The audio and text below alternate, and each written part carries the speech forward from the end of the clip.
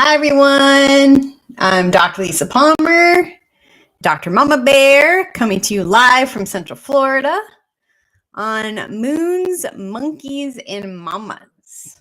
Moons, Monkeys, and Mamas. And so some of you guys know that last week on Sunday was a huge, crazy moon. It was not only a full moon, but it also was a blood moon and a lunar eclipse. And so if you were to ask me back in the day, so in undergrad, I went to the University of Florida, and it was very difficult to get classes as a freshman. And so back in the day, we had to dial phone numbers, like we had touch tone, we had to touch a landline. So the old school phones that plug into the wall, right? And you had to call and you had to enter the course numbers to get your course. So hi Ethan, hi Emily. Let me know if you guys can hear me okay on Facebook. Those of you on Instagram, you should be able to hear me fine. But yeah, so back in the day, back in the old school days, we had to dial in our classes that we wanted. And it was very challenging as a freshman to get the classes that you wanted because there's so much competition. University of Florida is a very large school, and I couldn't get what I wanted. And so then I just kind of frantically got classes because I was like, oh my gosh, if I don't get classes, what am I going to do? And you kind of just go through all these like mental gymnastics. Somehow I ended up with an astronomy class. My background back then was sports medicine. In high school, I started working with the football team, started learning athletic training. My high school was very, I would say, cutting edge at the time. We had a beginning at athletic training. And by athletic training, I don't mean personal training. By athletic training, I mean sports medicine. We had a beginning sports medicine class, and we had a more advanced sports medicine class. And then our school had the ability to have student trainers, which was probably one of the best things I did in high school because it allowed me to start to learn practical things that I could use in everyday life, but also stuff that was exciting to me. And so we had a decent football program at my high school, and we had a certified athletic trainer, someone who is licensed to work on athletes. They're trained.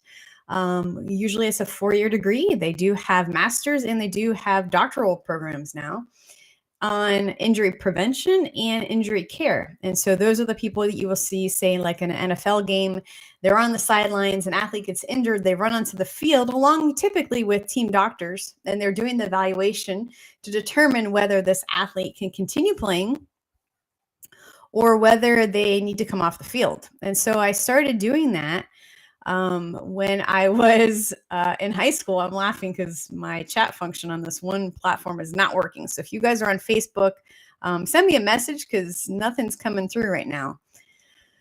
And so I started volunteering as a student. And so I learned how to handle ankle sprains and knee sprains and blown ACLs and concussions and heat illness and all this really cool stuff. And my work in high school, I really loved the work. I wanted to have a bachelor's in sports medicine or athletic training at the University of Florida. And my father wanted me to study education because his belief was that there's always teachers that are needed. And then like 5 years after I graduated, there was too many teachers in the teaching market at the time. So I never got my education degree. Not because I don't like to teach. I really do like to teach, but I like to teach practitioners quantum nutrition testing. Long story short, I ended up just kind of dialing random classes, ended up in an astronomy class. And I thought, astronomy's stupid. I'm a sports medicine major. What am I going to do with moons and stars and planets? And like, that's dumb. My viewpoint at the time is it has nothing to do with sports medicine. It has nothing to do with athletes and football players and soccer players and ice hockey, rugby, track and field. Those are all the main sports I worked with. And I'm like, that's astronomy. It's a dumb class. But I ended up in this astronomy class because I couldn't get the classes that I needed. And so I think I went to like one lecture and I'm like, this is dumb. Like, what's the point of this? I totally take it back. I totally don't think it's dumb anymore. It is a small thought. It's a very small think to think that we are the only ones here in this universe. It's a very small think to think that what we do on our planet doesn't affect other planets. And so I do, looking back, I would have the wrong viewpoint, but I do, looking back, wish that I understood more about astronomy, and I'm learning. And one of the things that I'm learning is that by observation, because your physician, your practitioner should be observing certain things, right? And so I have observed that around two things in particular, around full moons and new moons, we see increase in symptoms in patients. Around new moons, so new moons, if like some people are like, well, how is that? Like, that doesn't make any sense. Well, you also know that moons have an effect on tide, right? And that farmers used to pay attention to certain things happening, some still do, on when to plant their harvest, when to plant and when to harvest, right? And the American Indians have certain celebrations around moons, right? So what I've noticed around what we just had before was a full moon. What I noticed around full moons is that parasites tend to get more active. What does that mean for us? It means that patients will have more nausea, they'll have more vomiting, they'll have more diarrhea, they'll have more upset. From an emotional standpoint, the last couple of weeks, we've seen more irritable people, more sad people. Is that affected with a lunar eclipse? Maybe. One of my practitioners was telling me that American Indians will not, on a lunar eclipse, will not go outside their house because the lunar eclipse can be draining from an energy standpoint. That's super interesting. How could you relate that? Well, I'm sure that there's some people that you've been around, energy vampires, that you hang out with them and you're like, oh my gosh, I feel like, remember those ghosty things in Harry Potter that would like suck your soul out? You felt like your soul was sucked. You feel like exhausted, right? Energy vampires. And so perhaps moons can have similar effects. Around new moons, so Monday, on Memorial Day, Monday is a new moon. Is it coincidence that Memorial Day and a new moon are on the same day?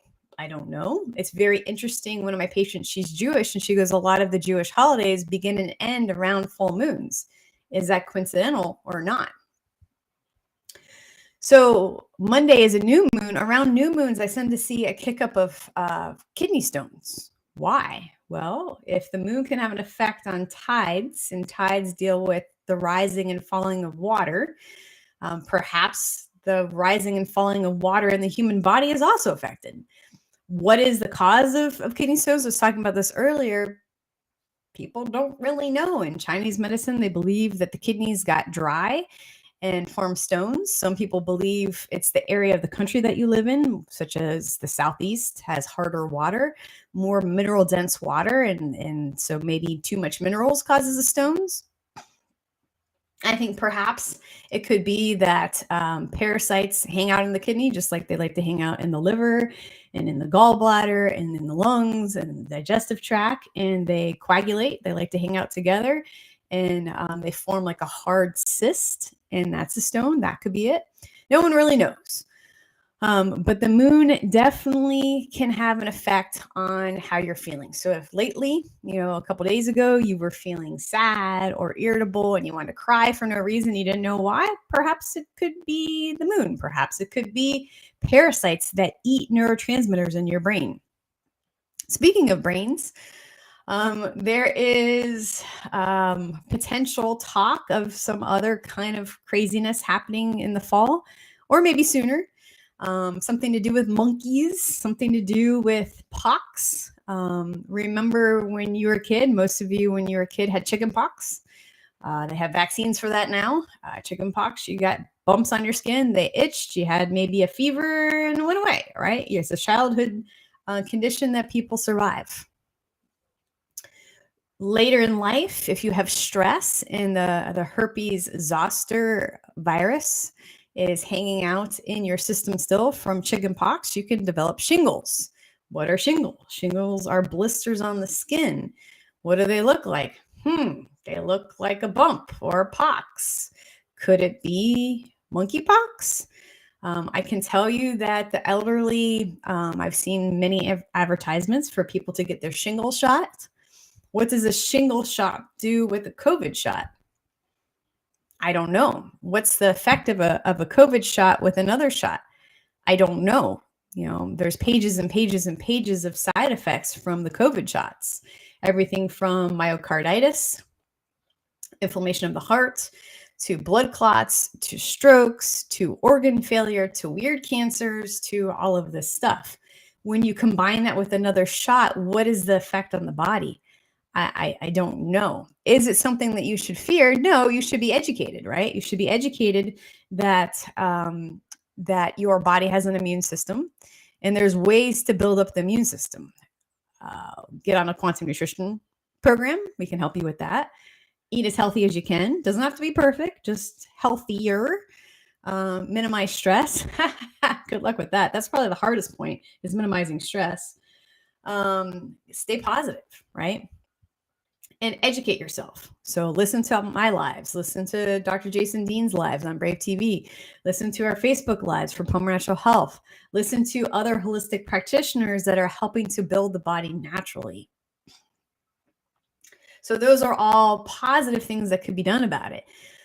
I remember in the 80s and 90s, there was swine flu, bird flu, Zika, Ebola, and it was, what's really interesting, and maybe you had this viewpoint, is I really didn't pay attention to them. I have to admit, the Ebola, the skin rotting thing, was probably the most concerning thing, but I really didn't pay attention to it. Is it that I didn't care? No, it's not that I didn't care. It just wasn't part of my universe. It wasn't part of what I thought about it. It just didn't come up, right? And so now that it's known that people are very concerned, it seems like this is going to become a trend until multiple people continue to educate and continue to teach on how you build an immune system, and then educate on something's gonna happen, right? This is gonna continue. This game's not over. So everybody's like, I want everything to go back to normal. I want this all to end. I want everybody to be kumbaya. And if you look back in the decades of your life, depending on your age, there was always something happening, right? Does this seem worse the last couple of years? Yeah, it really does, because it seems like the boa is really constricting. But with constriction, something has to change, right? Like, either when you think of the snake, which is no coincidence that I'm using that example, it constricts, and one of two things are going to happen. Either whatever it's constricting is going to die, or it's going to escape and continue on and maybe have a different perspective. And so it's kind of bleak, but those seem to be the two choices. Either this part is going to terminate, or it's going to succeed. And so I want to be part of the succeed team. And what I'm trying to let you know is that there's going to be talk of many, many things. And combining two different things together is going to have some kind of reaction. What kind of reaction? I don't know. But I can tell you, probably midway through this mess, that some people had rash type bumps on their skin already. What was that from? Was it from the illness? Was it from shedding? Was it from the shedding of a person that combined one type with another type, with Pfizer with Moderna, Pfizer with Pfizer, Johnson & Johnson with something else? Was it from that? I don't know. Will we have all these answers? I don't know. And what will the solution be? I can tell you that we every single day work to try to improve, looking for the cause, looking for what is the best solution? What is the best solution with the minimal side effects or no side effects that can rebalance the body? And so that is what we're going to be working towards. That's what we're constantly working towards. That's what we're already working towards.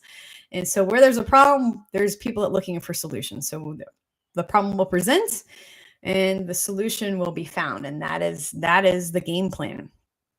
And specifically when we're talking to the mama bears, right? And so there are a lot of mamas in particular, and papas too, that got activated during this whole time, that are fighting for freedoms, that are speaking against school boards.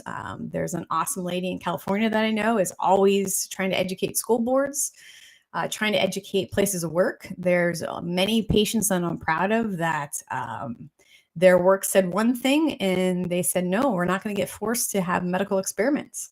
I was very proud of them for holding the line.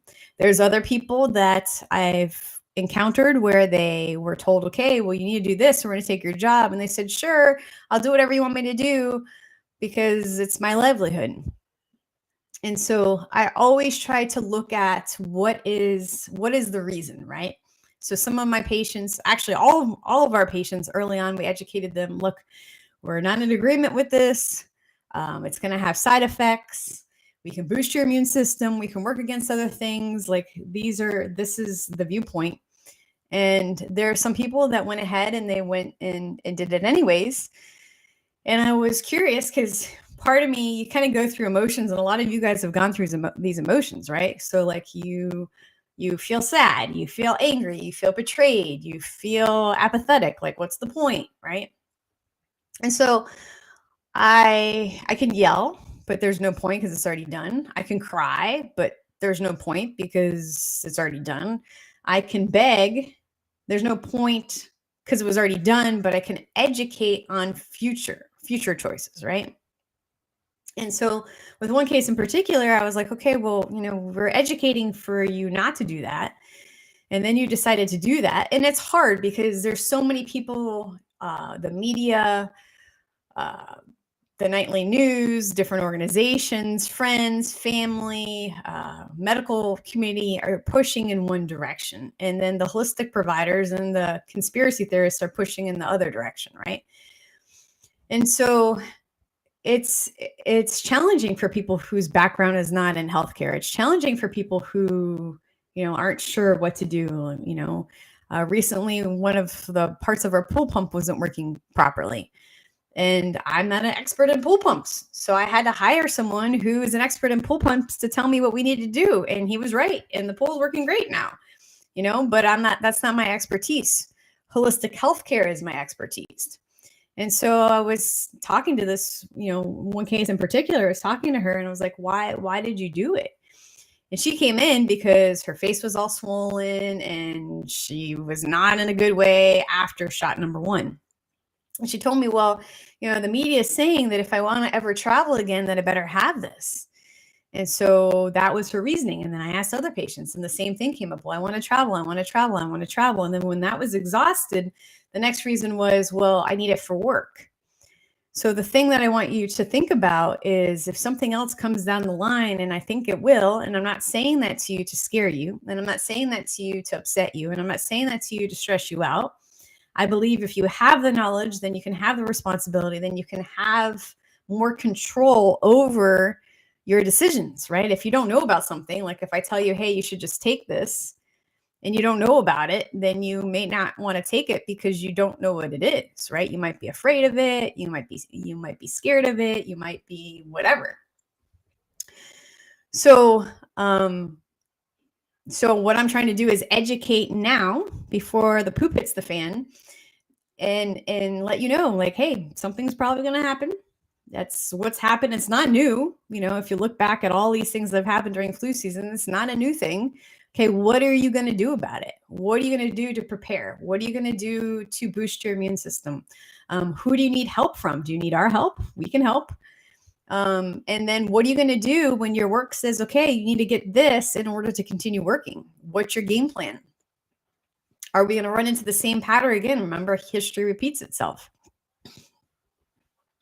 So the good part is, mamas, I totally appreciate you guys stepping up. I totally appreciate you guys letting other moms know. It is very, very, very important that if you feel that you need to share what's on your heart. We were talking about this today. One of my employees wanted to tell a friend what we do because they were having a health problem. And she's like, well, I wanted to tell them because I know you guys can help them, but I was afraid I didn't want to intrude. I didn't want to overstep my bounds. And I think a lot of people fall into that. You guys can let me know if you ever feel that way. And I feel like that too, sometimes when I'm out in the real world, not in my like happy little bubble, I encounter people and I see them and I'm like, oh my gosh, that person definitely has parasites by what I see. Or that person definitely, their throat's swollen out like this. And that could be indicative of a thyroid problem. Or, they're kind of getting bald at the top of their head or, XYZ. You notice things. And so that little voice, you can call it God, you can call it an angel, you can call it the Holy Spirit, you can call it fate, you can whatever is true for you, whatever you want to call that, that is telling you you need to talk to the person. And you've all had that happen where you want to say something, but you don't want to overstep your bounds, or you don't want to be nosy, or you don't want to upset the person, or you don't want to, whatever the case may be. But the failure to deliver that message that you're supposed to deliver, that you're supposed to give, that you're supposed to help with, that is worse than the possible upset that the person has. And if you're getting the little voice, if the little voice is saying you need to deliver this message, that's what should happen. And 9 times out of 10, I actually would say 100% of the time, when I have that in the back of my mind or in my heart or wherever that says, hey, you need to tell this person this, and I tell them, it goes perfectly. There's no upset. There's no, they think I'm a weirdo. There's no, and what's really interesting, it's the reverse has happened to us. Dr. Dean and I were at a seminar, and this guy was behind us that we didn't know. I didn't know the guy. I didn't know that Jason didn't know the guy. And he's like, hey, I just need to tell you something. And he told Jason, it was really loud and I couldn't hear. And he goes, oh, can you tell my wife? And so I thought they were friends, right? And he goes, oh, I got this message. And I'm thinking, like, voicemail? Like, this is how naive I was with this same topic. And he's like, yeah, I got this message. And I don't know, it might be a little weird for you, but, your husband's supposed to, like, tell people what's happening, and then this and this and this, and then he's going to develop this and all this stuff. And, like, a lot of the stuff that this guy said about a year ago now has happened, which is really interesting. So did the gentleman get a download from God, an angel, Holy Spirit, however you want to describe that? And something told him to deliver this message to my husband. And it was it was a very needed message, and it was a very timely message, and it was very interesting. So mamas, I encourage you, please, please, please, you have that friend, and that friend, is not going to know what to do when this next shot comes down the line, and they're going to wonder, should I do this? And they're going to get frightened by the media, because the media's job is to scare people. They sell fear. They sell news. It's really never good news, right? And so what are you going to say? How are you going to say it? What are you going to do?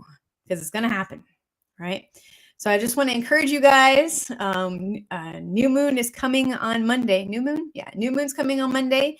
It's a new beginning. So think of how you want your new beginning, for yourself, for your family, for maybe new career, goals. Write those down. It's a very positive action. Who cares about the monkeys? The monkeys are going to mess around. They're going to monkey around, whatever. They can call it zebra pox. I don't care. We're going to handle it. And then mamas, keep pushing forward. Keep pushing forward. Keep loving your family, supporting your family, loving your friends, supporting your friends, educating wherever you can. And we'll move this in the right direction. I'm Dr. Lisa Palmer, Dr. Mama Bear. Have a great week. Bye.